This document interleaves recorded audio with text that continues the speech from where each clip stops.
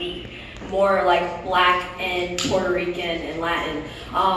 We definitely we have a little more diversity when it comes to that within the FGC, but if you look at every other league, it's really not that prevalent. If it is a woman caster, she is predominantly white. So I would like to see more in that capacity, and honestly the best way to kind of like deal with that is if you're interested in being a commentator or a caster or even media personality who talks about these things, start creating the content, start utilizing YouTube, start utilizing Twitter, because honestly I got my gig from having a podcast. I never did in front of the TV work. I was a producer, but because they saw my personality and how I was and how passionate I was even talking about music and gaming, that's how I got the opportunity. So start doing that, because we definitely need more diverse voices, especially when we have issues of racism, sexism, and other cultural problems that are coming to the surface within this industry and being projected heavily by non-endemic mainstream media platforms.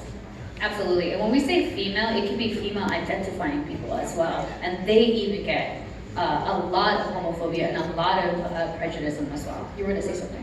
I think it's something that all of us share, and something I wildly respect in all of you, is that we took the initiative. We had to carve the positions that we're in right now. We had to literally create them from scratch.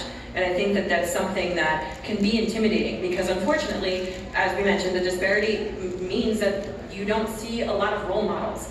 And so you have to be the role model that you're looking for. And I think that that's, you know, salient and can kind of be hard to wrap your head around.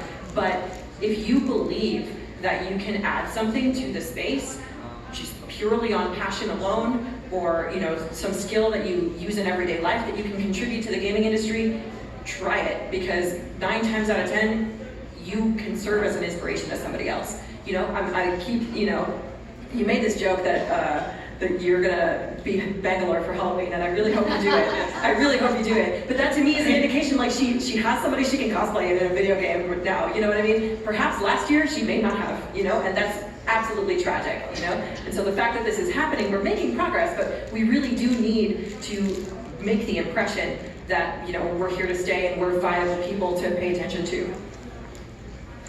Yeah. Yeah, I'm trying to get my cosplayer friends to help you out too. Yay! So yeah, in my industry, it became a little bit more. If you show up, you can, and you win, they will pay attention to you. It's been progressive in that space, but some of it, like, I'm learning more and more on Twitter. There's some things that have more drawbacks, but I'm not going to the Twitter drama right here. But yeah, it's just, since there's a low barrier to entry into the fighting game industry, you can like go in and just go to a major, like Evo is available to everybody. Evo actually had the most female, this year's Evo had the most female casters during that whole, ever.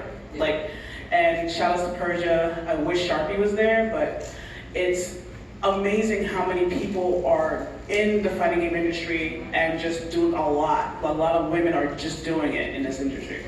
And it's not even that. There are now organizations that are popping up. There's EXO Academy, which is an academy that if you are an aspiring FGC pro player, you can get mentorship from an actual professional to walk you through from branding to partnerships, even professionalism, how to make sure that you are set and ready for a tournament. And there are locations all over the city, and some of these women whom I highly just suggest you follow that are part of these organizations that are paving the way for opportunities for young girls, for women. It doesn't matter what age you are. If you are passionate about wanting to get into gaming in any sort of context, as an esports manager, as a content creator, or as a community manager, there are opportunities for you. And also, if you want to find other people that would push you in the right direction, there's Combo Queens and there's Ladies Night FGC. Definitely go and start talking to them. They do bring in people, they do session together. They do a lot to kind of bring women up into the pro sector. Now, Judy, I wanted to talk to you a little bit about this because maybe Aziza, you can chime in, obviously Aaron too. If, let's say that we're talking about a woman that wants to get particularly into esports, what are some tips or advice you would give them, you know, if they're doing this for the first time ever, they say that they want to start off? I think Aziza started the conversation really well earlier by saying that, for example, in the FGC, it's thankfully, if you do well, you get noticed. You know what I mean? It's very much, if you put in the work, you know, it'll pay off.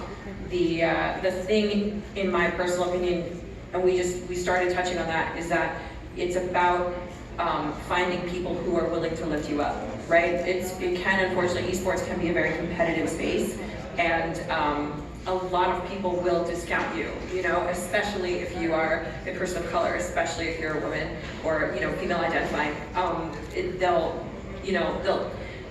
I have gotten a lot of blowback from, you know, people saying, oh, you're just doing this for attention, or you're just taking advantage of the space.